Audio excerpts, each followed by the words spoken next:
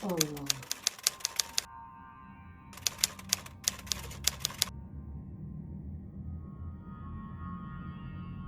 Assalamualaikum warahmatullahi. Assalamualaikum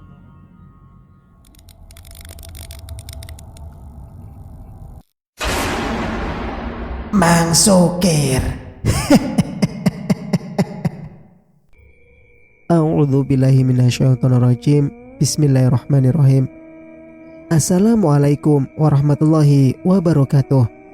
Kembali lagi bersama Mang Sukir.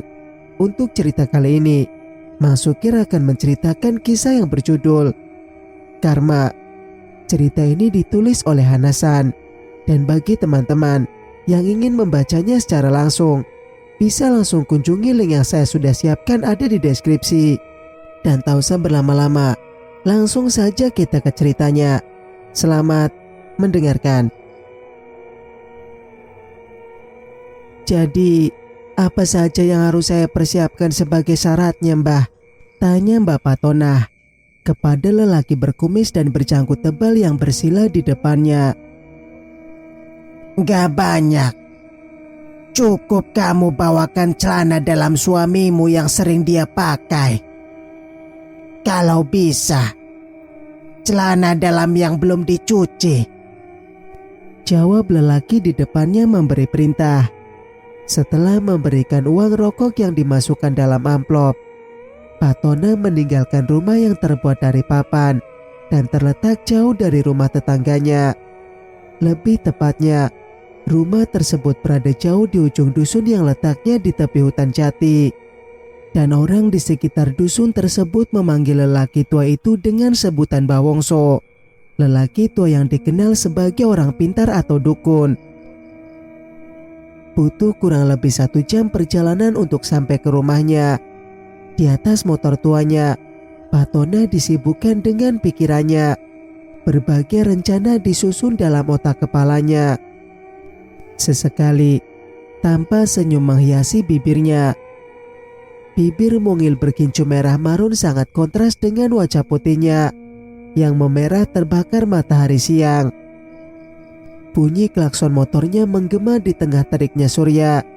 Hampir saja motornya menabrak anak-anak yang sedang bermain layangan di pinggir jalan. Kalau naik motor, jangan sambil melamun, teriak orang-orang yang berada di sekitar. Kembali Patona melajukan motornya. Tanpa di kejauhan, suaminya, Marianto, sedang menjemur pakaiannya di samping rumah. Kok baru pulang, Dek? Katanya cuma ke pasar sebentar, ucap Marianto sesaat setelah Patona memarkirkan motornya. Iya, Mas. Aku tadi mampir ke rumah Mbak Narti. Kebetulan tadi ketemu di pasar. Aku diajaknya mampir. Mau ku tolak gak enak, jawab Patona beralasan. Loh, Mas, bajunya sudah dicuci semua ya? Tanya Patona sambil matanya mencari-cari sesuatu di antara cucian yang sudah berjejer di gantungan. Lah, emang ada apa, Dek? Kan biasanya juga aku toh yang mencuci, jawab Marianto. Besok sampean gak usah nyuci, Mas. Biar aku saja yang cuci, ucap Patona sambil berjalan masuk rumah. Sementara Marianto hanya bengong memandangi punggung istrinya yang perlahan hilang di balik pintu dengan rasa heran. Tumben, gak biasanya, bisik hati Marianto. Singkat cerita, sudah kamu bawakan yang aku minta tempo hari? Tanya Mbah Wongso ketika Patona sudah duduk di hadapannya. Sudah, ini Mbah, celana dalam suami saya, jawab Patona. Ya sudah, biar aku kerjakan ini dulu. Kamu tinggal tunggu hasilnya. Dan jangan lupa, syarat yang lain juga harus kamu lakukan secara rutin jika kamu ingin hasil yang maksimal, lanjut Mbah Wongso. Jadi kalau semua sudah saya lakukan, Apakah nantinya suami saya bakal tambah nurut sama saya, Mbah? Tanya Patona lagi, ragu. Semua tergantung kamu. Kalau semua syarat kamu lakukan, suami kamu bakal nurut apapun yang kamu katakan, jawab Mbah Wongso. Berbekal celana dalam dari Patona, Mbah Wongso melakukan ritualnya. Asap mengepul dari dupa yang dibakarnya, bercampur aroma kemenyan dan dupa setaman yang ada di hadapannya. Kamar sempit itu semakin terasa aura mistisnya. Sementara Patona dengan sabar menunggu Mbah Wongso yang melakukan ritual di dalam. Berbagai pikiran berkecamuk dalam hati dan kepalanya. Wajah cantiknya sesekali tersenyum, namun bukan lagi senyum manis, namun seringai yang menakutkan. Nan jauh di seberang desa, Marianto tampak bergegas memasukkan sisa dagangannya. Hatinya menjadi gundah, ingin secepatnya pulang dan berjumpa dengan Patona istrinya. Dia ingat pesan istrinya sebelum pergi tadi, untuk belanja dapur sekaligus memasak untuk makan siang nanti. Entah kenapa, walaupun ingin sekali dia menolak perintah istrinya, namun keinginan itu hanya sampai sebatas kerongkongan saja. Membersihkan rumah, mencuci dan memasak adalah pekerjaan rutinnya selain bekerja sebagai pedagang di pasar. Sementara istrinya, dia akan menyibukkan dirinya sendiri dengan kegiatan di luar rumah, yang dia tak pernah tahu kegiatan seperti apa itu. Pernah suatu waktu, dia menemukan sejumlah uang dalam amplop dan perhiasan di dalam tas istrinya. Namun setiap kali pertanyaan ingin dilontarkan tentang asal-usul barang tersebut, selalu saja tak pernah bisa dia ucapkan. Bahkan tatkala Patona berhari-hari tak pulang pun, dia akan melupakan amarahnya seiring dengan kecupan yang diberikan. Pokoknya emak gak setuju kalau kamu nikah sama Patona. Asal-usulnya gak jelas. Bahkan sampai sekarang kita tidak tahu siapa bapaknya. Terngiang diingatan Marianto kata-kata emak saat dia menyampaikan keinginannya mempersunting Patona 15 tahun yang lalu.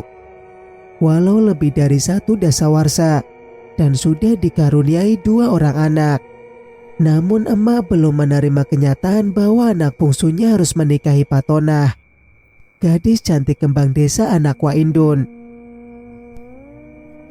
Emak punya firasat, batin kamu akan menderita jika menikahinya, Tok.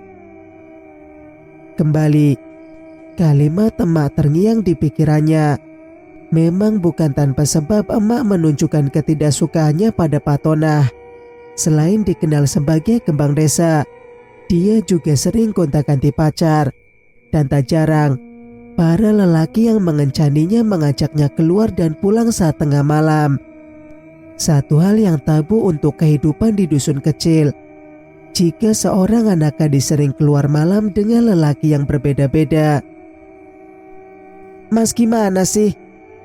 Disuruh goreng tahu kok malah dibiarkan gosong begini. Sebuah suara mengagetkan Marianto yang tengah berdiri di depan kompor. Pemilik suara yang tak lain adalah Patona, istrinya, dengan makeup tebal memandang ke arah Marianto dengan penuh selidik. Kamu mikir apa sih, Mas? Kok sampai begitu? Sebentar lagi anak-anak pulang sekolah loh. Cepetan masaknya, perintah Patona sambil berlalu. Sementara Marianto hanya bisa menghela napas dalam. Setiap kali dia berhadapan dengan istrinya, selalu saja dirinya menjadi pecundang. Kalaupun dia berhasil mengeluarkan unak-unak yang ada di hatinya, itu pun selalu tak pernah didengar oleh istrinya. Dek, bisa nggak kamu mengurangi kegiatan kamu di luar? Anak-anak kan sudah makin besar. Jangan sering kamu tinggal, ucap Marianto. Gak bisa, Mas. Aku butuh hiburan. Aku gak bisa kalau harus berdiam diri di rumah terus. Kamu kan tahu sebelum kita menikah, teman-temanku banyak. Jawab Patona. Itu kan dulu, Dek. Sekarang kamu sudah menikah dan punya 2 orang anak. Sekali-kali kamu temani mereka belajar atau bermain. Alah, kan kamu bisa urus mereka sendiri selama ini, Mas. Kenapa mendadak memintaku mengurus anak-anak? Kamu pasti habis dari rumah emak ya? Terus emak mempengaruhi kamu dengan semua ini?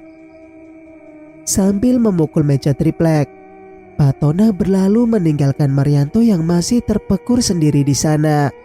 Sementara cangkir kopi yang baru setengah disesapnya tumpah akibat meja yang terguncang. Bukan kali pertama Patona menunjukkan kemarahannya, dan bukan kali pertama pula Marianto harus kehilangan nyali tiap berhadapan dengan istrinya. Ingin sekali Marianto membela emak saat Patona menuduhnya mempengaruhi dirinya. Namun lagi-lagi dirinya tak kuasa mengeluarkan apa yang ada di dalam hatinya.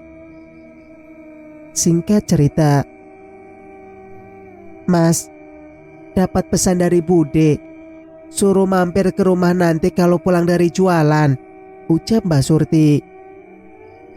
Iya Mbak, insya Allah nanti saya mampir. Makasih lo ya, jawab Marianto. Surti adalah tetangga emak. Rumahnya berada persis di sebelah kiri rumah emak. Jika diingat-ingat, sudah cukup lama memang dirinya tidak mengunjungi emak. Bukan dia tidak mau, namun Patona tidak senang jika dirinya terlalu sering ke rumah orang tuanya. Dirinya hanya sesekali mampir ke rumah emak saat pulang dari berjualan di pasar. Itu pun tidak lama, karena Patona akan selalu mengecek keberadaan Marianto, memastikan bahwa suaminya akan langsung pulang tanpa mampir kemana-mana seusai berjualan. Hanya butuh sekitar 10 menit dari pasar untuk sampai di rumah emak. Dari jauh, terlihat wanita yang telah melahirkannya itu sedang mengambil daun pisang yang ada di samping rumah. Mak, panggil Marianto sesaat setelah kakinya memasuki halaman rumah. Ayo masuk, Le. Ada yang mau emak kasih tahu ke kamu. Tita emak setelah melihat sang anak sudah berada di depannya. Kamu sehat-sehat saja kan, Le? Anak-anakmu gimana? Sehat semua kan? Alhamdulillah, Mak. Anak-anak juga sehat. Ada apa toh, Mak? Gak biasanya nyuruh aku ke sini, tanya Marianto penasaran. Begini, ucap emak ragu sebelum melanjutkan kalimatnya, tanpa emak menarik nafas dalam sambil menatap wajah Marianto lekat. Wanita yang telah melahirkannya 38 tahun yang lalu itu memandangnya tajam, seolah ingin memastikan sesuatu darinya. Kemarin emak habis dari rumah Wak Kaji. Kenapa dengan Wak Kaji, Mak? Wak tidak apa-apa, tapi kamu yang ada apa-apanya, ucap emak melanjutkan. Dan itu membuat Marianto semakin tidak mengerti dengan apa yang diucapkan oleh emaknya. Maksudnya apa, Mak? Tanya Marianto. Wak cuma titip pesan sama kamu untuk mencari sesuatu yang ditanam. Katanya ada di belakang rumah. Sesuatu apa, Mak? Emak juga tidak tahu apa. Tapi yang pasti, kata Uwak kalau sudah ketemu, kamu harus membakarnya. Dibakar? Barang apa sebenarnya itu, Mak? Sudah, kamu coba turuti pesan Uwakmu, ucap emak akhirnya. Singkat cerita, tak sabar ingin mengetahui apa maksud dari pesan Uwaknya, Marianto melajukan motornya menuju ke rumah. Berbagai pertanyaan muncul dalam kepalanya, namun selalu berujung pada kebingungan. Sampai di rumah, gegas Marianto melangkahkan kakinya ke halaman belakang.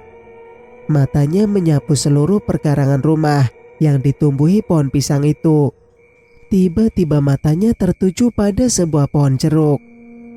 Tampak pohon itu belum lama ditanam di sana. Hal itu dilihatnya dari daunnya yang agak gundul, jatuh berguguran. Perlahan didekatinya pohon itu.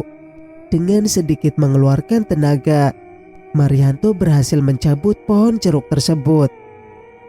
Saat hendak memindahkan batang pohonnya, matanya tertuju pada sesuatu yang ada di bawah akarnya. Sedikit demi sedikit, benda yang ada di dalam ditariknya keluar. Kini di tangannya tampak sesuatu yang terbungkus dengan kain putih. Gemetar tangannya saat membuka bungkusan tersebut. Tampak di dalamnya sebuah celana dalam abu-abu dan segumpal rambut yang terikat rapi. Juga beberapa bunga yang sudah tampak mengering. Tanpa terasa, air mata mengalir dari kedua netra Marianto. Sebuah perasaan yang tak bisa dia lukiskan dengan kata-kata, seolah membuncah keluar seiring dengan air matanya. Marianto menatap bungkusan kain putih yang berada di tangannya. Perlahan, benar sekali, itulah kenapa dari sekian kerumunan, hanya kerumunan dari Man of Petamburan yang dikasuskan. Karena yang lain adalah kerumunan binatang. Satu persatu benda yang berada di dalam kain itu. Matanya tertuju pada sebuah foto usang. Seorang pria berkemeja biru tampak tersenyum. Iya, itu adalah foto dirinya. "Benar-benar keterlaluan kamu, Patona," desis Marianto sambil meremas foto itu. Suara klakson motor mengagetkan Marianto. Suara klakson yang sangat dia kenal siapa pemiliknya. Buru-buru dia kuburkan kembali benda-benda yang baru saja dia temukan dan mengembalikan tanaman yang berada di atasnya seperti semula. Ditariknya napas dalam-dalam sebelum Marianto berlari menuju rumah. "Lama sekali sih Mas buka pintunya. Ngapain saja? Kamu tidur?"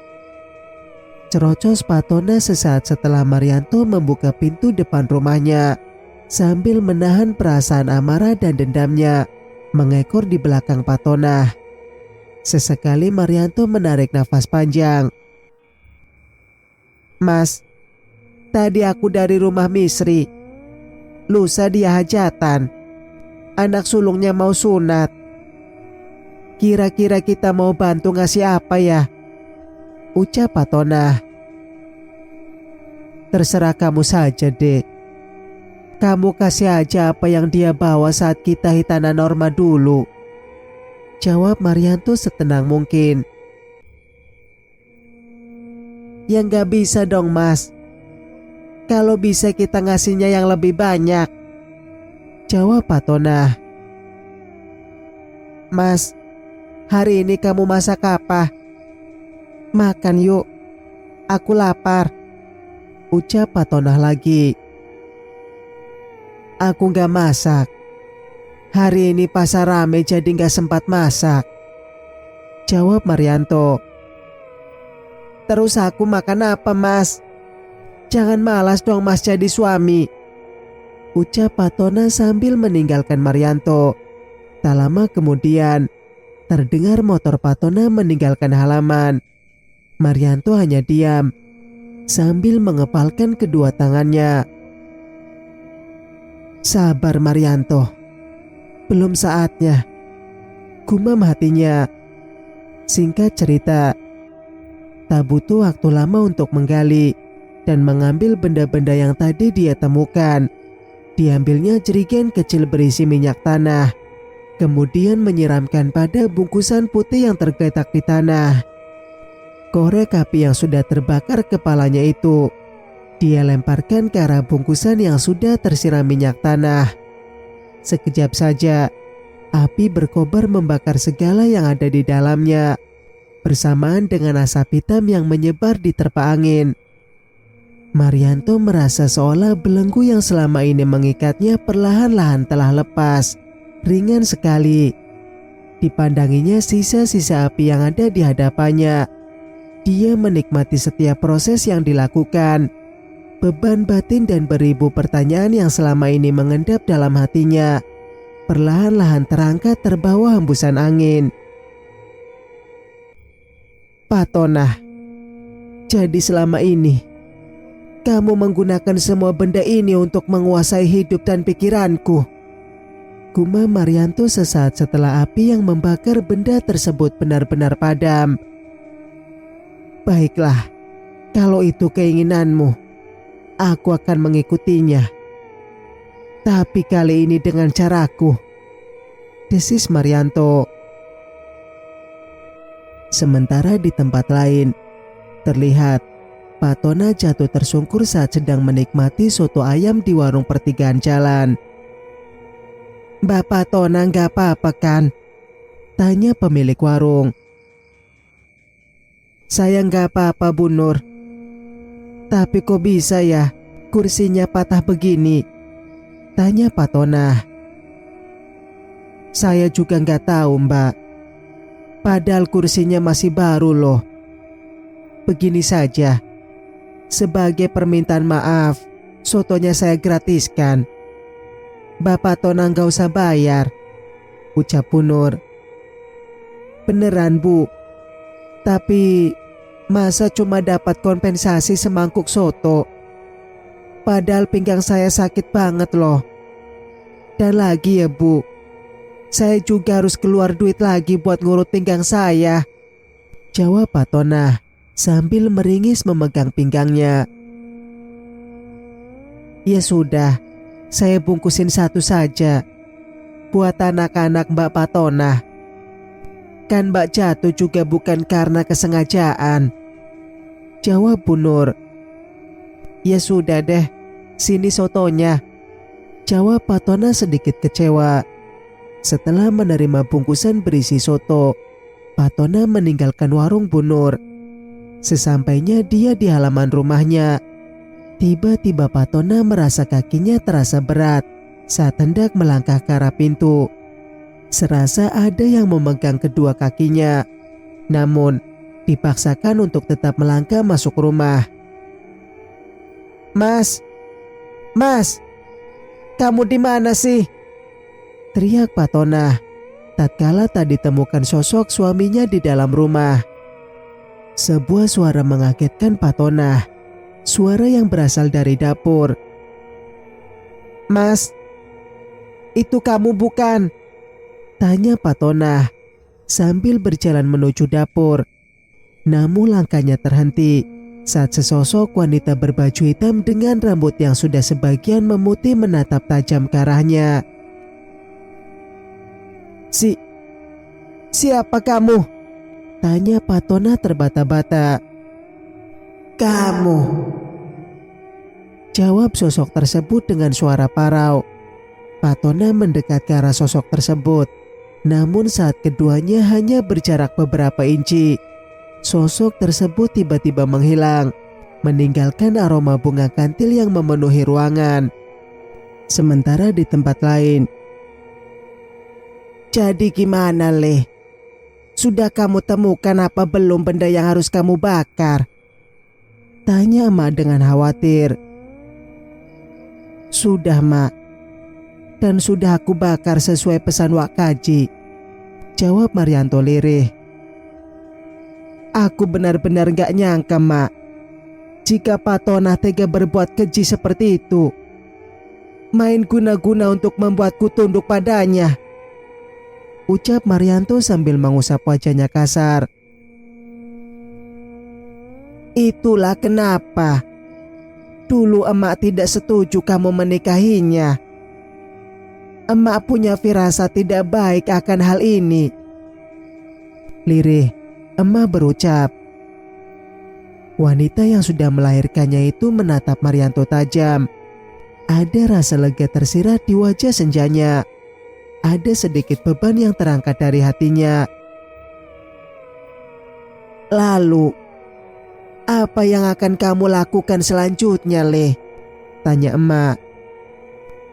Entahlah, Mak. mungkin aku akan menceraikannya, jawab Marianto ketus. Pikirkan lagi, Le. Kalian sudah punya 2 orang anak. Apa nggak kasihan kamu sama Dion dan Amara? Terus aku harus bagaimana, Mak? Tiap kali aku ingat perlakuan Pak Tonah padaku, itu benar-benar membuatku marah, dengus Marianto.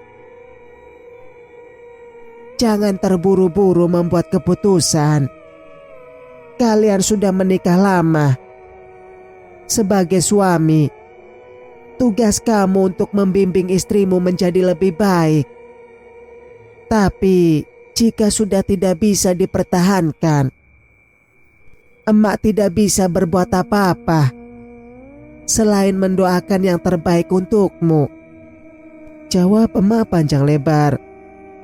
Emak memang benar, selama ini memang aku yang bersalah karena gagal membawa Pak Tonah ke jalan yang lebih baik, karena aku berada di bawah pengaruh guna-gunanya. Namun kini aku harus bisa membawa Pak Tonah ke jalan yang benar.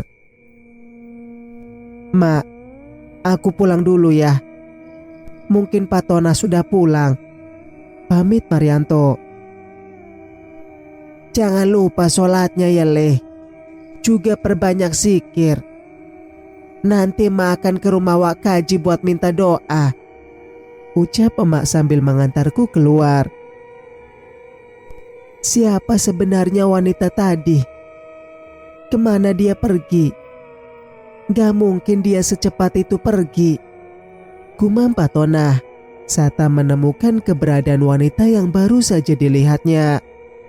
Suara benda jatuh terdengar dari kamar, mengagetkan Pak Tonah yang masih mencari keberadaan wanita berambut panjang tadi.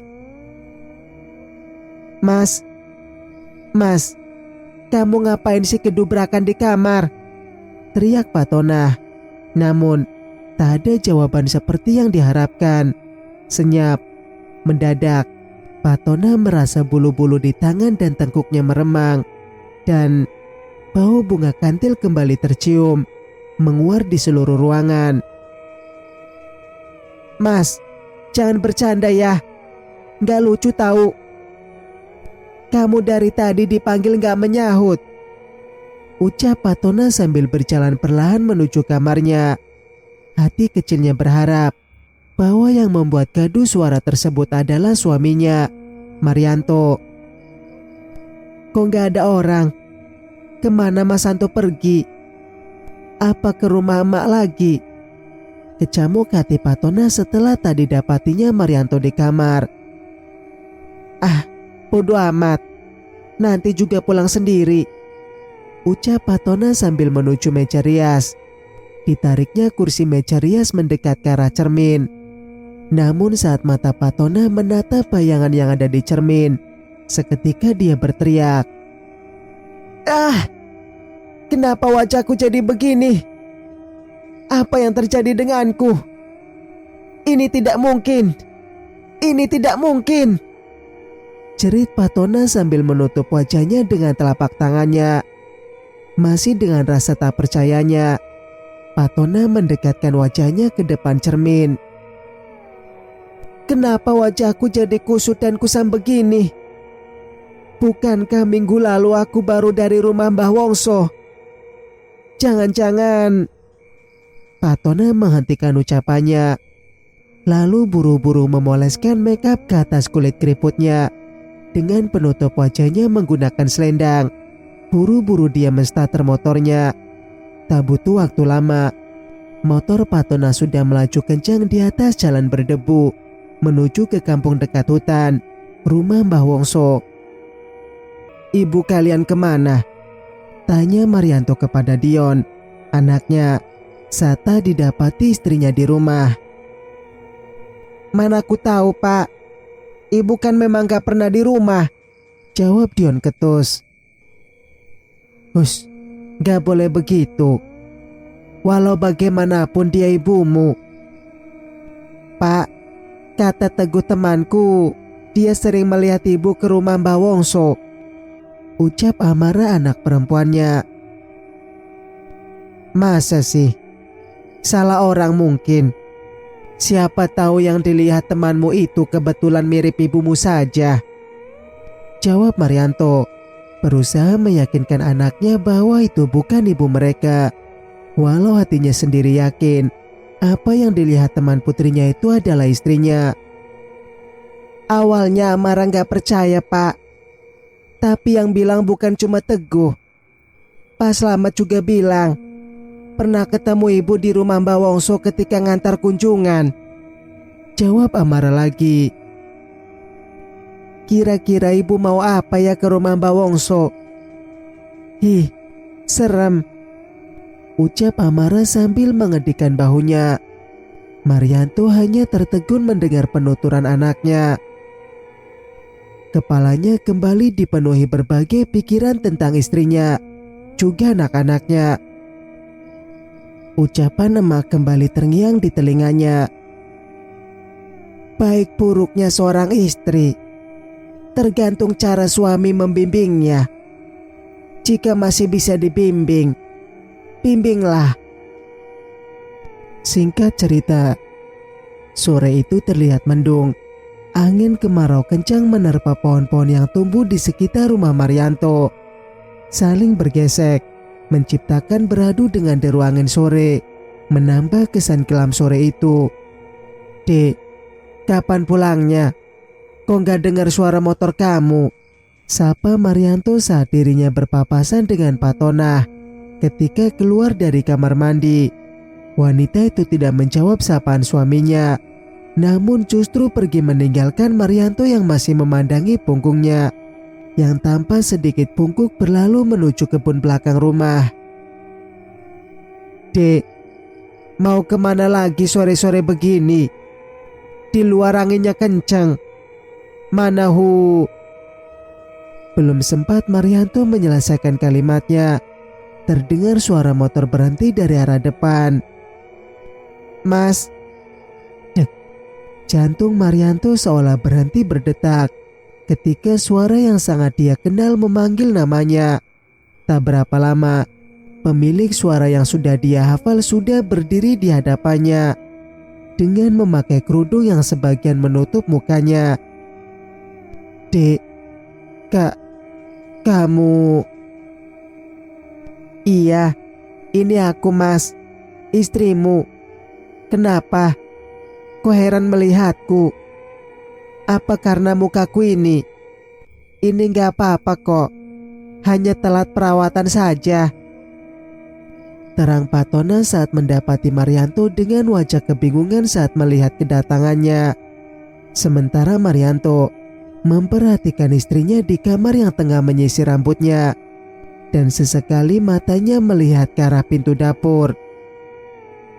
Singkat cerita, Dek, itu apa yang kamu masukkan ke dalam kopi? Selidik Marianto saat mendapati Pak Tona memasukkan sesuatu dari botol kecil ke dalam cangkir kopinya. Oh, ini jamu Mas. Kemarin aku mampir ke toko jamu langganan dan beli obat ini. Ini obat kuat khusus lelaki. Bisik Pak Tona di telinga Marianto, seolah tak ingin orang lain mengetahui apa yang ada di dalam botol kecil itu. Begitukah? Oh iya, kita jadi ke acara khitanan kan? Tanya Marianto. Jadi dong. Aku sudah beli baju baru juga ini. Jawab Pak Tona. Ya sudah, kamu cepetan mandi. Gak enak kalau kita datangnya telat. Usir Marianto halus sambil mendorong istrinya ke kamar mandi. Setelah memastikan Pak Tona sudah berada di kamar mandi, Marianto buru-buru membuang kopi yang baru saja dibuat oleh istrinya. Kali ini aku tidak akan jatuh ke dalam perangkapmu lagi, istriku. Gumam Marianto saat cairan hitam dalam cangkir itu berpindah tempat ke saluran air di wastafel. Tiba-tiba suara seperti benda jatuh mengagetkan Marianto ketika dia berada di dapur. Suara itu berasal dari dalam kamar. Oh, Ternyata figura yang jatuh, bisik Marianto ketika mendapati figura berserakan di atas lantai kamarnya. Tapi kenapa figura ini ada di kamar? Bukankah ini fotonya Marsha?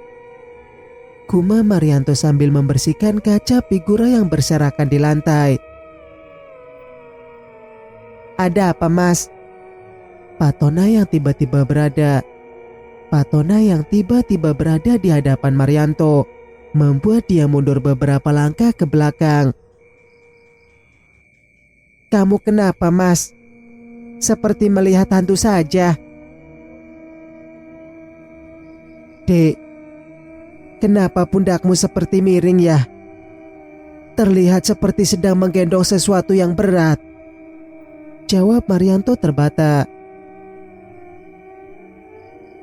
Jangan ngaco deh, Mas. Tapi ini beneran, Dek. Coba kamu lihat di cermin. Saat Patona melangkah ke depan cermin yang ada di atas meja riasnya, langkahnya terhenti dan mendadak dia terjatuh ke belakang saat melihat ada sosok lain selain dirinya menggelayut di pundak kirinya. Jantung Patona serasa berhenti berdetak tatkala dilihatnya sosok wanita berambut panjang bergelayut di pundak kirinya.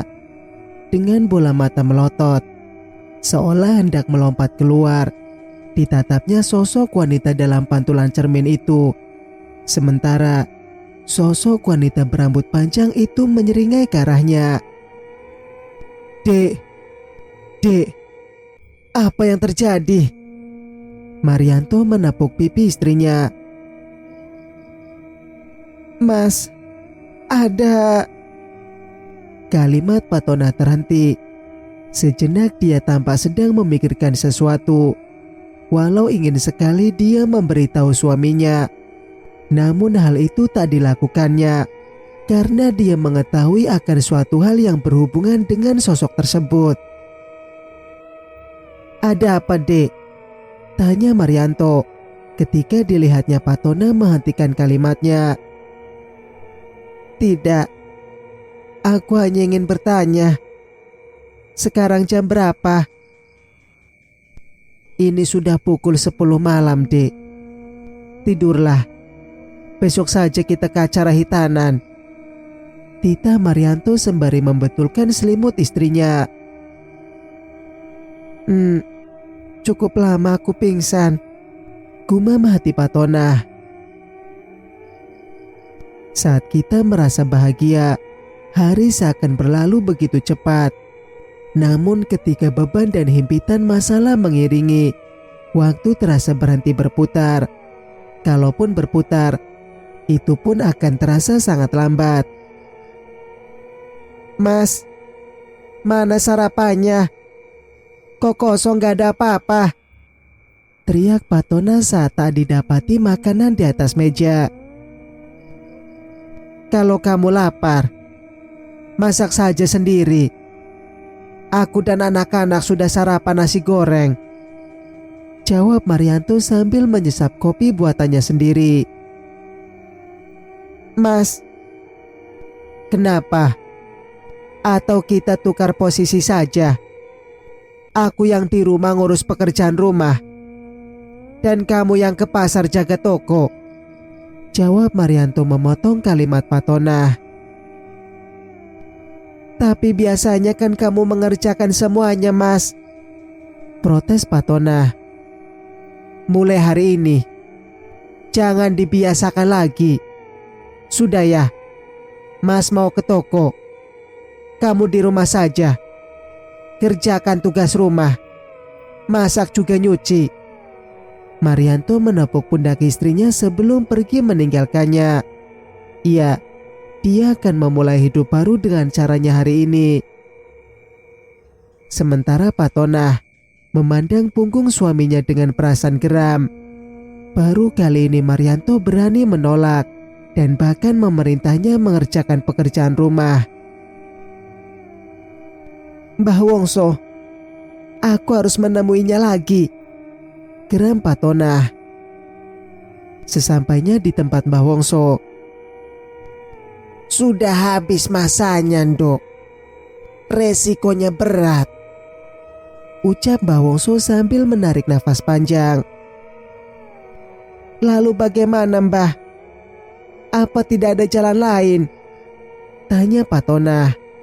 Mbah Wongso hanya menggelengkan kepalanya untuk menjawab pertanyaan Patonah. Mendengar jawaban tersebut, Patonah menghela napas panjang dan berat. Mas capek enggak? Singkat cerita, Mas capek enggak? Seharian di toko, ucap Patonah dengan intonasi suara dibuat mendayu sambil tangannya mengelus punggung suaminya. Sudah biasa, Dek. Tumben sekali bertanya. Cuek, Marianto menjawab, walau sebenarnya dia tahu maksud istrinya. Dia sadar, sejak membakar bungkusan itu, dia belum menyentuh Patonah layaknya seorang istri. Dan Marianto pun tidak menolak ataupun memprotes saat tangan halus Patonah menjelajahi tubuhnya, bahkan menikmatinya. Memang berat menahan ataupun menolak gejolak yang sudah cukup lama disimpannya. Memang berat menahan ataupun menolak gejolak yang sudah cukup lama disimpannya. Perlahan, Marianto membalikkan tubuhnya. Tubuh yang sebelumnya memunggungi Patonah, kini telah berhadapan dengan tubuh istrinya. Saat wajahnya hanya berjarak beberapa inci dari Patonah, tangan Marianto mendadak mendorong tubuh istrinya ke belakang. Wajah Marianto mendadak pucat pasi. Perlahan dia mundur ke belakang, meninggalkan Patonah seorang diri dengan sejuta tanya. Karena Marianto mendadak meninggalkan dirinya. Sementara Marianto masih dengan rasa takutnya berusaha menenangkan dirinya. Tangannya tampak gemetar saat memegang gelas berisi air putih. Makhluk apa itu yang berada di belakang istriku? Kenapa dia ada di sana? Bergidik saat Marianto mengingat apa yang baru saja dilihatnya. Ini tidak benar. Aku harus ke rumah emak besok. Uak harus tahu soal ini, gumam Marianto. Dasar laki-laki tak berguna. Berani sekali dia menolakku, geram Patonah sambil melempar guling ke arah pintu, meluapkan kekesalannya terhadap suaminya. Andai saja dia tahu apa yang sedang terjadi. Sudut pandang Marianto. Perbanyaklah doa dan zikir selepas sholat. Dan yang utama adalah jangan sampai meninggalkan sholat itu sendiri. Itu adalah petua dari Uak yang diberikan kepadaku ketika aku suan ke rumahnya kemarin. Setelah itu, beliau juga memberikan sebotol air mineral yang sudah diberi doa. Air tersebut untuk Patonah.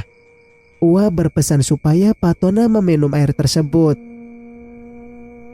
Saat aku sedang bergelut dengan pikiranku sendiri, tanpa Patonah menurunkan motor memasuki halaman rumah. Sebuah ide muncul di benakku. Kenapa motornya, Dek? Kok dituntun? Selidikku tatkala Patonah sudah berada di teras. Keringat mengalir di dahinya. Tampaknya dia kelelahan setelah menuntun motor. Apes bener hari ini aku, Mas. Ban motor bocor. Mana bengkel gak ada yang buka lagi. Terpaksa harus dituntun pulang. Untung sudah lumayan dekat rumah, sungutnya sambil menyeka keringat yang membasahi wajahnya. Kasihan sekali istri Mas. Pasti capek dan haus. Nih, Mas ambilkan air minum, ucapku sambil menyodorkan segelas air putih ke arahnya. Air apa ini, Mas? Selidik Patonah. Ya air minum lah. Air putih, bukan kopi. Kelakarku untuk menghilangkan kecurigaan Patonah.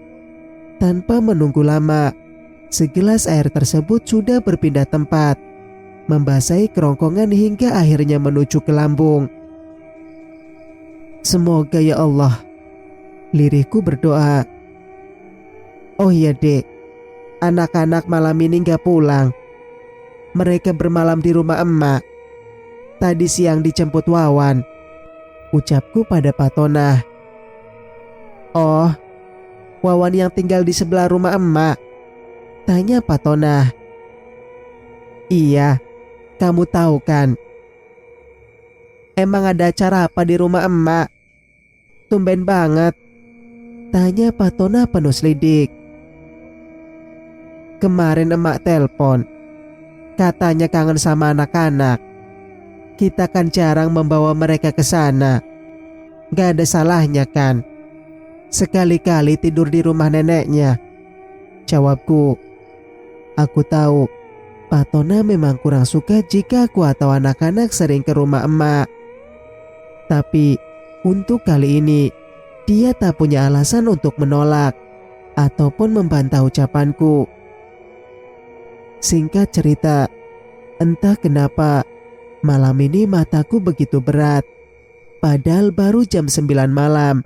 Dan bahkan saat aku mengerjakan sholat isya pun, mata terasa enggan untuk dibuka lebar. Hingga akhirnya aku tak lagi kuasa menahan rasa kantuk yang tidak biasa ini. Hingga tiba-tiba aku merasa leherku tercekat, seperti ada tangan yang mencekikku. Ingin sekali aku meronta, melawan, tapi tak mampu aku lakukan. Dada dan perutku sesak, seperti ditindih benda yang sangat berat. Ku coba menggapai apa saja yang bisa tanganku jangkau. Spray, bantal, juga sesuatu yang menindih dan mencekik leherku. Ku rasakan tanganku perih dan terasa lengket.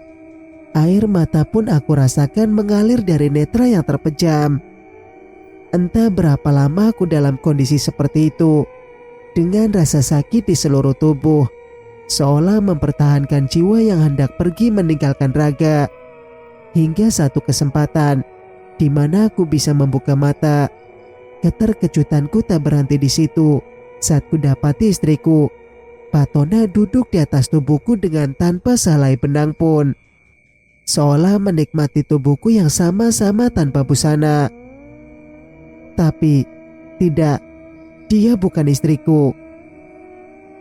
Dengan sisa kesadaranku, ku dorong sekuat tenaga tubuh makhluk yang ada di atasku. Terdengar suara aneh keluar dari mulutnya saat aku berhasil mendorongnya menjauh. Seolah tak terima, makhluk itu mendekat ke arahku dengan tatapan mata yang sangat menakutkan. Kembali, makhluk itu mendekat dan mengarahkan kedua tangannya ke leherku. Patonah, sadar Patonah, kuasai dirimu, teriakku tatkala sosok itu semakin mendekat.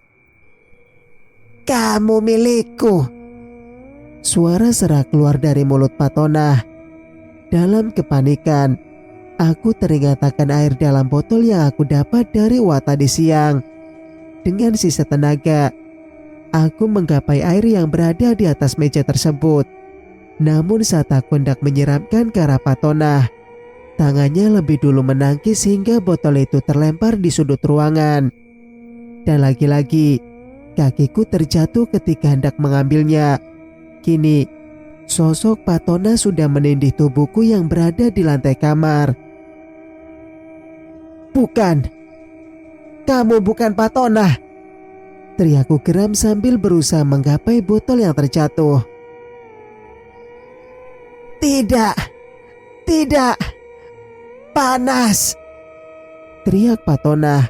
Sesaat setelah air dalam botol itu kusiram ke wajahnya. Dengan menjerit kesakitan, Patonah berusaha berlari keluar kamar. Namun saat hendak membuka daun pintu, tubuh itu limbung hingga akhirnya jatuh tersungkur. Apa sebenarnya yang kamu jalani, Patonah? Isaku setelah memindahkan tubuhnya ke atas tempat tidur. Kupandangi wajah wanita yang telah menemaniku dalam ikatan perkawinan selama bertahun-tahun dengan rasa tak percaya. Kenapa harus dengan jalan dan cara seperti ini untuk mendapatkan cinta? Tanpa terasa, Air mata menetes membasahi wajahku. Sebuah perasaan yang aku sendiri tidak tahu apa itu. "Semoga kamu akan baik-baik saja, istriku," ucapku lirih. Flashback. Sudut pandang Mbah Wongso.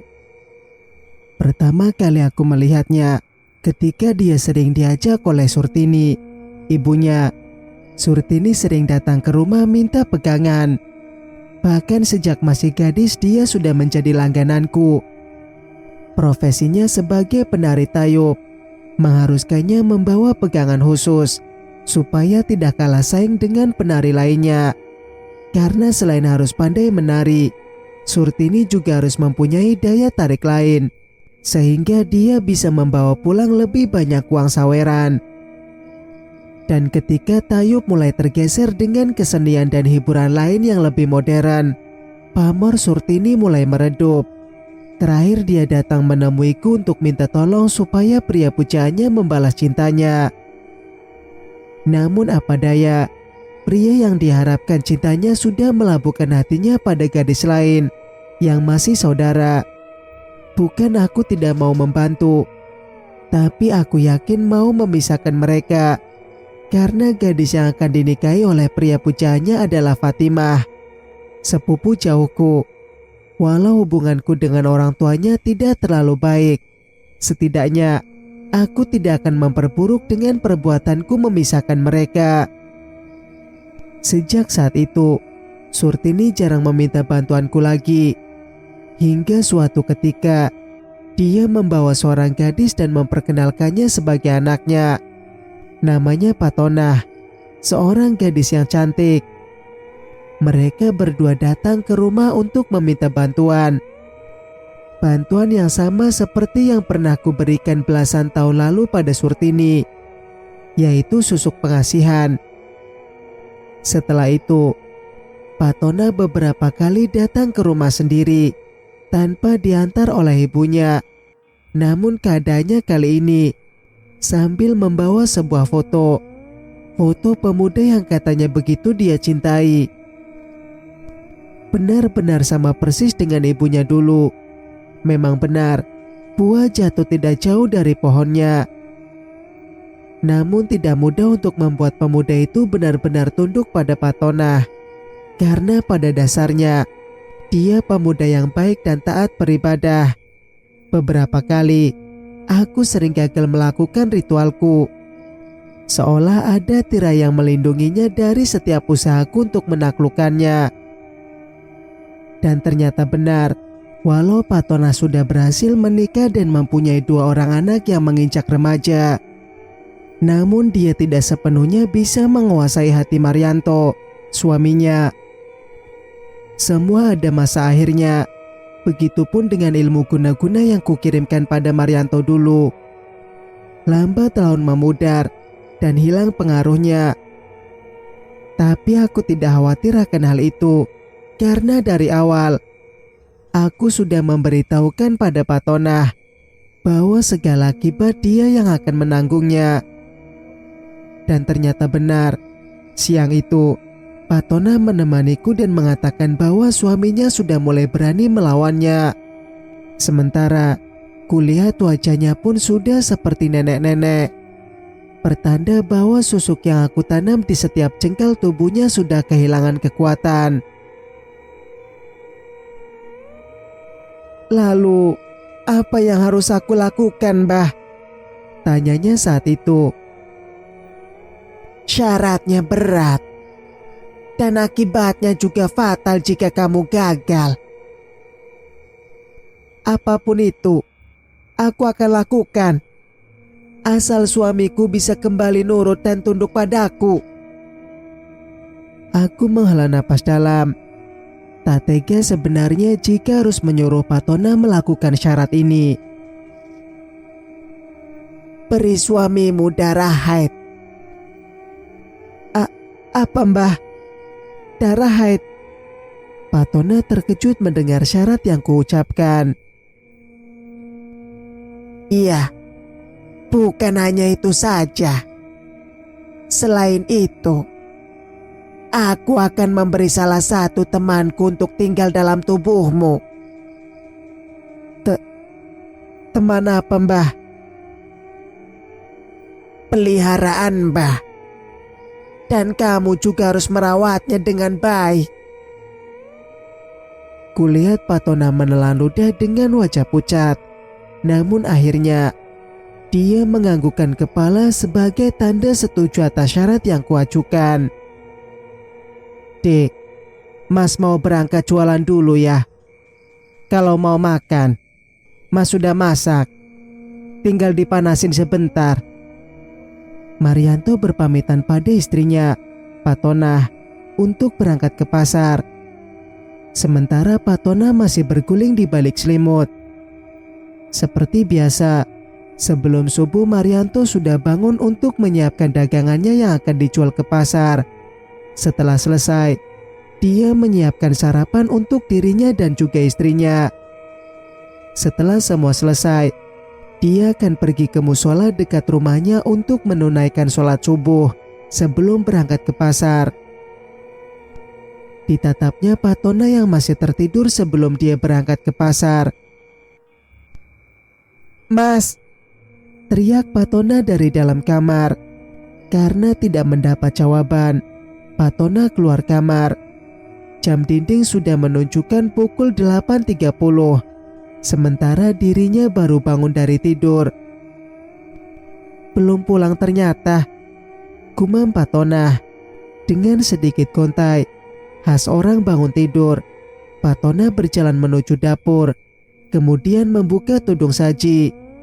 Dan terlihat beberapa menu makanan sudah tertata rapi di sana. Bunyi perut Patona meminta untuk segera diisi tatkala melihat makanan. Sambil menyomot tempe goreng, dia menyendok nasi dan meletakkan piring. Cacing-cacing dalam perut Patona berebut makanan yang perlahan masuk melalui mulutnya. Saat nasi yang ada di piring tinggal beberapa sendok, ponselnya berdering. "Halo," seru Patona sambil mengunyah makanannya. Setelah beberapa saat, senyum mengembang di bibirnya. "Iya, aku akan segera ke sana," jawab Patona. Kemudian bergegas masuk kamar dan keluar lagi sambil membawa handuk. Dari dalam kamar mandi, terdengar Patona bersenandung kecil. Tak berapa lama, Patona sudah rapi dengan pakaian seksi yang menampakkan belahan dadanya yang menonjol yang dipadukan dengan celana ketat. Wajah putihnya dipoles dengan makeup tebal dan lipstik warna merah menyala. Beberapa kali disemprotkannya parfum ke seluruh tubuh sebelum akhirnya keluar rumah dengan mengendarai motor metik kesayangannya. Sampai di pertigaan jalan, Patona masuk ke halaman sebuah rumah untuk menitipkan motornya. Terlihat seorang laki-laki tengah menunggunya sambil duduk di motor. Tak lama, keduanya berlalu dengan berboncengan. "Mas Burhan, kenapa sih ngajak janjiannya kok mendadak? Untung suamiku belum pulang," Patona berkata sambil mencubit pinggang laki-laki yang memboncengnya. "Ya mau gimana lagi? Aku sudah gak tahan. Sudah lama sejak terakhir kali kita bertemu," jawab Burhan. "Ya sudah, nanti dibuat double," Patona menjawab dengan genit sambil diiringi tawa keduanya. "Bener ya, didobel jatahnya. Jangan bohong." "Ya kapan aku bohong sih, Mas?" Patona berkata sambil mengencangkan pegangannya di pinggang Burhan. Singkat cerita, motor yang dikendarai Burhan dan Patona memasuki sebuah hotel yang ada di kota. Sebelum berjalan memasuki hotel, Patona merapikan rambut yang sedikit acak-acakan diterpa angin.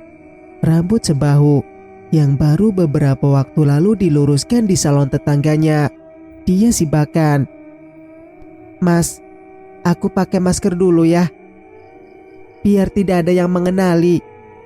ucap Patona sambil memasang masker bergambar Hello Kitty. Gak bakal ada yang kenal sama kamu. Percaya deh sama Mas. Burhan berkata sambil mencubit pipi Patona, kemudian berjalan berangkulan. Mas, kok kamar hotelnya kecil sih? Gak seperti di film-film. Kamar hotelnya luas dan bagus. Rengek Patona sambil berkelayut manja. Ini juga sudah bagus sayang. Daripada di kamarku yang bantalnya bau iler anakku. Burhan berkata sambil tangannya menelusuri seluruh lekuk tubuh Patona, hingga tak tersisa lagi baju yang menutupi tubuh Patona. Dipandanginya tubuh polos Patona dengan nafsu membara. Perlahan, Burhan mengendus dan mencilati setiap inci tubuh polos itu. Sementara Patona menggeliat Pak Cacing kepanasan, disertai desahan panjang mengundang birahi. Di tempat lain, suara benda jatuh membuat Marianto berlari masuk rumah untuk mencari asal suara tersebut. Kok bisa jatuh si fotonya? Gumam Marianto sambil mengumpulkan kaca figura yang berserakan di lantai. Ternyata suara tersebut berasal dari figura yang memajang foto pernikahannya yang terjatuh di lantai. Sudah hampir pukul 5 sore, tapi Patona belum pulang. Kemana dia? Batin Marianto sambil berlalu membuang pecahan kaca di belakang rumah. Diambilnya ponsel yang ada di saku celana, kemudian melakukan panggilan ke nomor istrinya. Namun selalu mendapatkan jawaban dari operator bahwa nomor tidak dapat dihubungi. Dan hal itu semakin membuat hati Marianto gelisah. Dek, kamu di mana? Jam segini kok belum pulang? Akhirnya Marianto mengirim pesan kepada Patona setelah berkali-kali gagal menghubungi nomor teleponnya. Le, sore-sore begini kok bengong? Pamali. Sebuah suara mengagetkan Marianto. Emak, kapan datang? Sama siapa kesini? Jawab Marianto gugup. Baru saja datang. Emak ketuk-ketuk pintunya gak ada yang nyahut. Tapi pintunya terbuka. Ya sudah, emak langsung masuk saja. Emak menjelaskan. Mana istri kamu? Tanya emak sambil mengedarkan pandangan matanya ke seluruh ruangan. Mendapat pertanyaan dari emak, Marianto hanya diam sambil menghela napas dalam. Istrimu keluyuran dan belum pulang jam segini? Tanya emak. Iya mak. Le, kamu itu laki-laki. Sebagai suami harusnya bisa tegas dan memberitahu istrimu untuk tidak terlalu sering keluyuran. Gak bagus. Apalagi sampai jadi kuncingan tetangga. Dan ini sudah hampir maghrib juga belum pulang. Omel emak melampiaskan kemarahannya.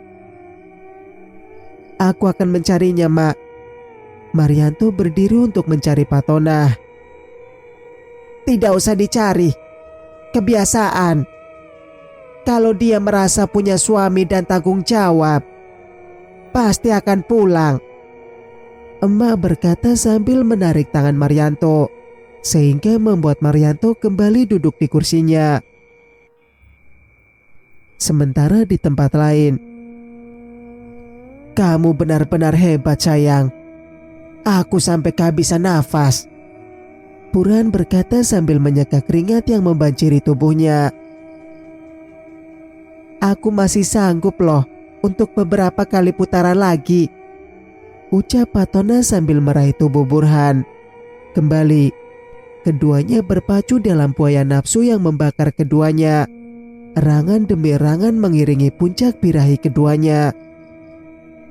Dengan wajah berseri, Burhan menggandeng tangan Patona menuju tempat parkir. Matahari sudah menyembunyikan sinarnya. Motor Burhan merayap menelusuri jalan pinggiran kota yang terlihat sepi. Sesekali terdengar suara tawa dari keduanya. "Pegangan yang kuat, biar gak jatuh," titah Burhan. Dengan sigap, Patona melingkarkan kedua tangannya ke pinggang Burhan. "Nah, kalau gini kan gak dingin, iya kan?" ucap Burhan sambil mengelus tangan Patona yang melingkar di pinggangnya. "Nanti kalau suami kamu tanya, kenapa pulang malam, bilang saja kalau motor kamu rusak." "Iya, aku juga sudah berencana memberi alasan itu ke suamiku. Nah, kalau yang nanya istri kamu, apa jawabanmu?" tanya Patona balik. "Ah, gampang saja. Tinggal tambahin saja jatah belanjanya. Pasti bakal diam dan gak banyak tanya," Burhan menjawab sambil terkekeh. Sementara di tempat lain, "Aku antar ya, Mak. Soalnya sudah malam." Kemudian Marianto mengeluarkan motor bututnya yang biasa dia gunakan ke pasar untuk jualan. "Emak mau nginep sambil nunggu istri kamu pulang. Istri macam apa yang meninggalkan rumah tanpa pamit sampai malam begini?" Emak berkata sambil matanya menatap ke jalan, berharap sang menantu akan segera pulang. "Kalau begitu, biar aku rapikan kamar sebelah buat emak tidur malam ini." Marianto bergegas menuju kamar yang akan digunakan emak malam ini. Dengan sigap, dia mengganti spray dan menyapu lantai yang berdebu. Saat Marianto tengah sibuk membereskan kamar, terdengar suara motor memasuki halaman rumah. Tak lama, terdengar suara Patona di luar. Mas,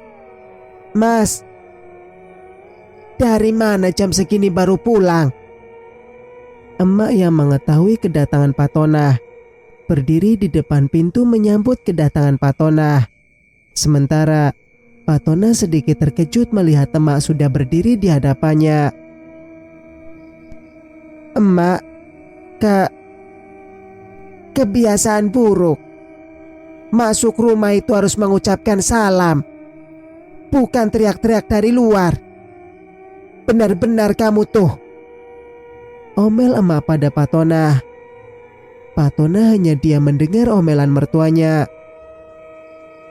"Dari mana kamu? Jam segini baru pulang?" Kembali emak mencecar Patona. Sesaat setelah menantunya itu duduk di depannya. "Itu tadi Patona dari rumah Bude. Ternyata motornya mogok pas pulang, jadi nunggu diperbaiki." "Bude mana, Dek? Kok gak bilang sama Mas?" tanya Marianto. "Itu di..." "Alasan saja itu. Paling juga keluyuran. Ini akibatnya kalau kamu terlalu memanjakan istrimu." Kembali emak memarahi Patona. "Sudah, Mak. Patona baru datang. Dia capek. Jangan dimarahi terus," bela Marianto. "Kalau dibiarkan, nanti kebiasaan dan akhirnya ngelunjak." "Sudah, Mak. Sudah." Marianto menepuk punggung emak dan memberikan isyarat pada Patona untuk masuk kamar. Bergegas, Patona meninggalkan suami dan mertuanya yang masih terlihat menahan marah. "Kamu harus bisa tegas sama istrimu, Le. Jangan dibiarkan jika berbuat salah." "Iya, Mak. Biasanya Patona tidak begini. Mungkin tadi motornya benar-benar rusak," ucap Marianto masih membela istrinya. "Sudah malam, emak istirahat. Besok habis subuh aku antar pulang, sekalian berangkat ke pasar." Kemudian Marianto mengantar emak ke dalam kamar. "Le, jaga istrimu baik-baik. Kalau kamu menyayanginya, katakan salah jika salah. Jangan membenarkan yang salah," ucap emak sebelum menutup pintu kamar. Marianto berjalan menuju kamarnya, walau sebenarnya dirinya begitu marah karena seharian Patona pergi meninggalkan rumah tanpa berpamitan dan baru pulang setelah larut malam. Perlahan, Marianto membuka kamarnya dan duduk di tepi tempat tidur, sementara Patona duduk di depan meja riasnya sambil membersihkan wajah putihnya. Baju tidur tipis membalut tubuh montoknya. Melihat tubuh istrinya dalam balutan baju tipis membuat Marianto lupa akan kemarahannya. Ditatapnya lekat Patona yang duduk membelakanginya. Dari pantulan kaca, jelas terlihat dada Patona yang menonjol. Dan kini, Marianto sudah berdiri di belakang Patona sambil mengelus pundaknya. "Kamu pasti capek ya, Dek," ucap Marianto sambil memijit pundak Patona. Patona membalikkan tubuhnya dan menatap Marianto yang berdiri di hadapannya. Dadanya turun naik. "Lumayan capek sih." Tangan Marianto kini mengelus-ngelus lengan Patona, namun terhenti ketika dengan jelas dia melihat tanda merah di dada Patona. Bukan itu saja, bahkan dia juga melihat tanda merah itu di belakang leher istrinya ketika dia sibak rambut panjang Patona. Darah Marianto berdesir, menahan kemarahan. Dengan kasar, dibuka baju bagian atas Patona. Di sana, dia mendapati lebih banyak tanda merah. "Dek, kamu! Dengan siapa kamu melakukan ini?" teriak Marianto sambil mendorong tubuh Patona. "Mas, ini tidak seperti yang kamu bayangkan." "Tidak seperti yang aku bayangkan. Kamu kira aku bodoh?" teriak Marianto dengan kemarahannya. "Mas, ini semua kamu yang melakukan. Masa kamu lupa?" ucap Patona sambil mendekati Marianto yang masih terbakar emosi. "Tidak mungkin. Aku tidak pernah." "Mana mungkin kamu ingat, Mas? Kan setiap habis melakukan, kamu selalu tepar. Bahkan beberapa kali putaran pun kamu lupa." Patona berkata sambil melingkarkan tangannya ke pinggang Marianto. Perlahan, emosi Marianto yang hampir meledak kini perlahan reda. "Mas, kamu percaya sama aku kan?" bisik Patona di telinga Marianto. Marianto hanya mengangguk mendengar setiap bisikan Patona, seperti kerbau yang dicocok hidungnya. Singkat cerita, "Dek, bangun. Mas mau ke pasar." Marianto mengguncang punggung Patona pelan, berusaha membangunkannya. "Apaan sih, Mas? Aku masih ngantuk. Kalau mau berangkat, berangkat sajalah." Patona menjawab sambil mengangkat selimut hingga menutup wajahnya. Bukan sekali dua kali ini Patona bersikap demikian. Dia sudah melakukannya sedari pertama menikah. Bukan tidak pernah Marianto menyuruh dan juga mengingatkan Patona, namun kata-katanya tak pernah didengar, apalagi dituruti. Akhirnya, Marianto lebih memilih untuk mengalah daripada harus bertengkar dengan istrinya.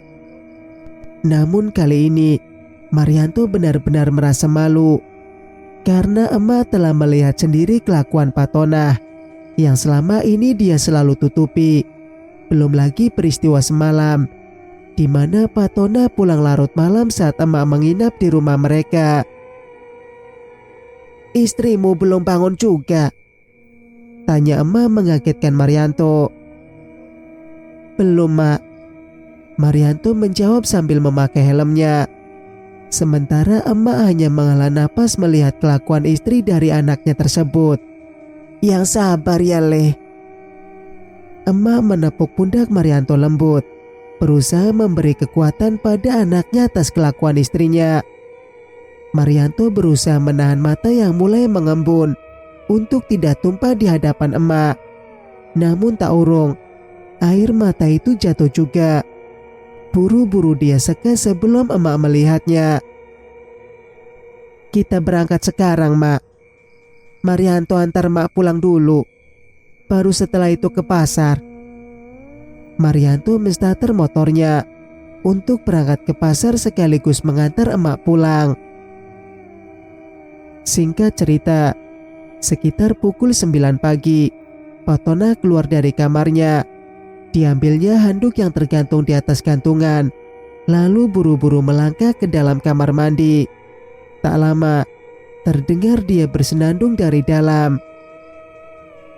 Mas Burhan memang benar-benar dah. Hampir seluruh tubuhku dia bikin merah. Fatona berkata sambil melihat tubuhnya dari pantulan cermin. Tampak dengan jelas di cermin, leher dan dadanya berwarna merah, bekas pagutan cinta yang tertinggal. Dengan wajah bersemu merah, Fatona tersenyum melihatnya. Setelah ini, aku akan membuat ramuan cinta buat Mas Marianto tersayang. Gumamnya sambil membalutkan handuk ke tubuh mulusnya. Sudut pandang Fatona. Sungguh membosankan di rumah tanpa kegiatan apa-apa. Mau keluar, nanti dimarahi Mas Marianto. Soalnya kemarin aku pulang malam. Apalagi pas pulang, ada emak di rumah. Jadi mulai sekarang, aku harus bisa lebih mengambil hati mereka lagi. Perlahan, Fatona memasukkan sesuatu ke dalam mangkuk sayur.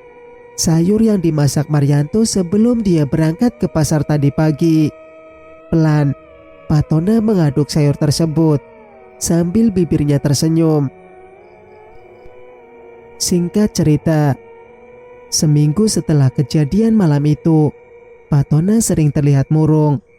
Tubuh yang montok itu menyusut drastis. Kulit putihnya kini tampak keriput. Wajah yang terbiasa dihiasi dengan makeup itu kini kuyup dengan mata cekung. Tak ada lagi bias kehidupan di sana. Apalagi akhir-akhir ini, Fatona selalu terjaga dari tidurnya di tengah malam. Dan dia akan tetap terjaga sampai matahari menampakkan sinarnya. Marianto memperhatikan Fatona yang sedang menjemur baju di belakang rumah. Sosok yang hampir tak lagi dikenalinya. Di matanya, Fatona adalah wanita yang cantik, montok, dengan tutur kata mendayu tiap berbicara. Tapi kini, sosok istri yang pernah dia kenali tak lagi dia temukan. Kini, di hadapannya, berdiri seorang wanita dengan tubuh kurus dengan kulit keriput. Ingatannya melayang ketika beberapa tahun yang lalu, di mana dirinya hampir saja menebas leher tetangganya dengan sebilah parang. Tatkala dipergokinya dia sedang berdua dengan istrinya saat itu. Sepertinya baru kemarin kejadian itu terjadi. Bapak, ibu jatuh pak, teriak Kamara mengagetkan lamunannya. Kok bisa jatuh sih dek? Tanya Marianto sembari mengangkat tubuh istrinya ke atas kasur. Kayaknya ibu kesandung kaki meja tadi pak, jawab Amara. Kamu tidak apa-apa dek? Tanya Marianto memeriksa kaki Fatona. Kakiku tidak apa-apa mas, cuma tanganku sakit sekali. Mungkin kesleo. Tadi jatuhnya miring, jawab Fatona terbata. Sejenak Marianto memperhatikan istrinya.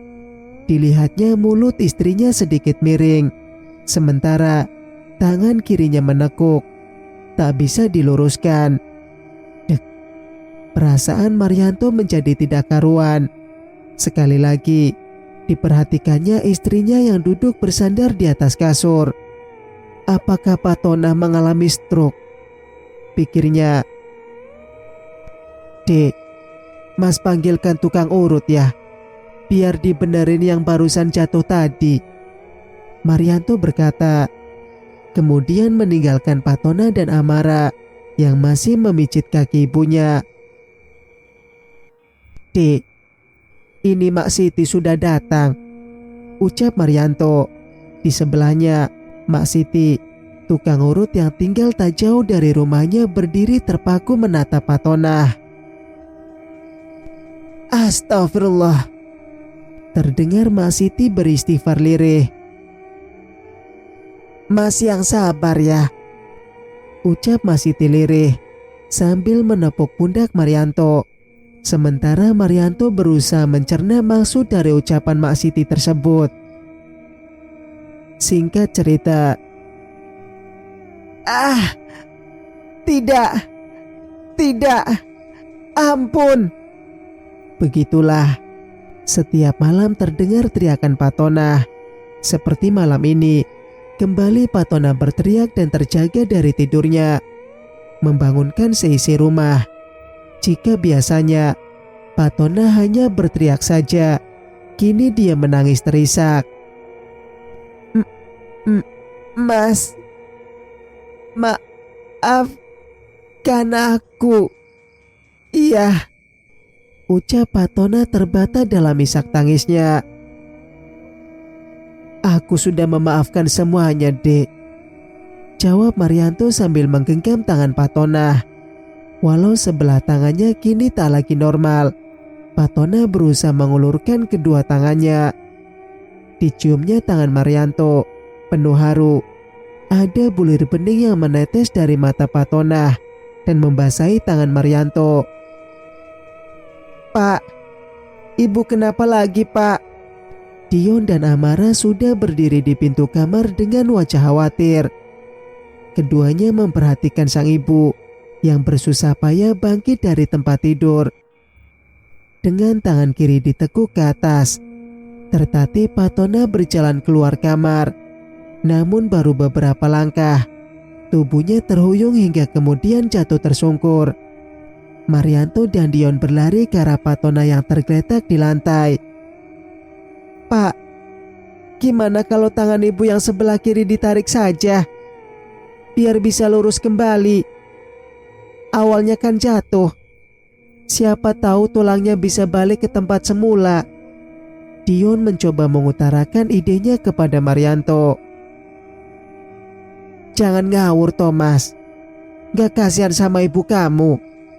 tanya Marianto. Sementara Patona hanya diam, pasrah tanpa bisa melakukan apapun. "Kita coba saja dulu, Pak.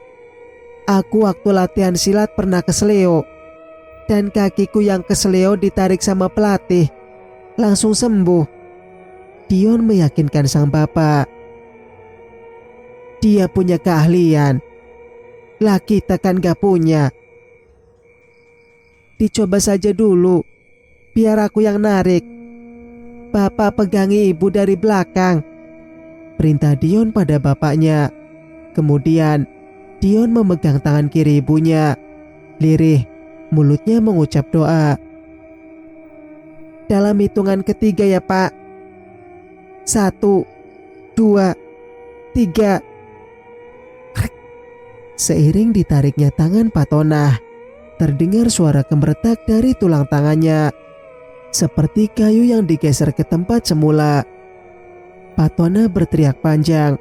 Begitu Dion menarik tangannya, terasa sangat sakit, seperti tulang yang dicabut paksa dari tubuh hidupnya.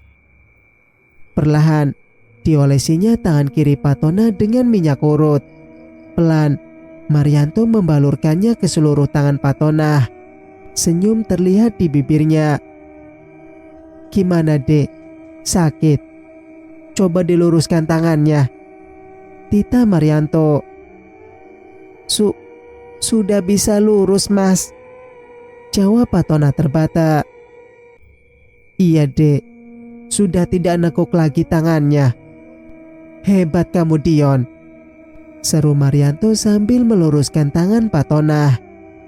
Patona terlelap dalam tidurnya, Sementara Marianto masih mengurut dan menggosokkan tangannya dengan minyak urut. Hingga tanpa sadar, Marianto pun ikut terlelap sambil memegang tangan Patonah. Mereka tertidur sangat pulas. Tidur telah lama tak mereka nikmati. Hingga ketukan pintu membangunkan Marianto. Dia mengucak kedua tangannya, mengumpulkan kembali kesadarannya. Sementara di sebelahnya, Patonah masih terlelap. Wajahnya pucat, bahkan sangat pucat. Perlahan, Marianto menyentuh wajah istrinya. Dingin, Marianto tersadar bahwa semalam adalah tidur terakhir dirinya dengan Patonah. Cerita pun selesai. Semoga cerita ini dapat memberikan pembelajaran kepada kita semua. Jika teman-teman suka cerita-cerita dari Mang Sukir, bagi teman-teman yang belum subscribe, silakan untuk subscribe channel ini dan nyalakan notifikasinya agar tidak ketinggalan cerita-cerita dari Mang Sukir. Wassalamualaikum warahmatullahi wabarakatuh.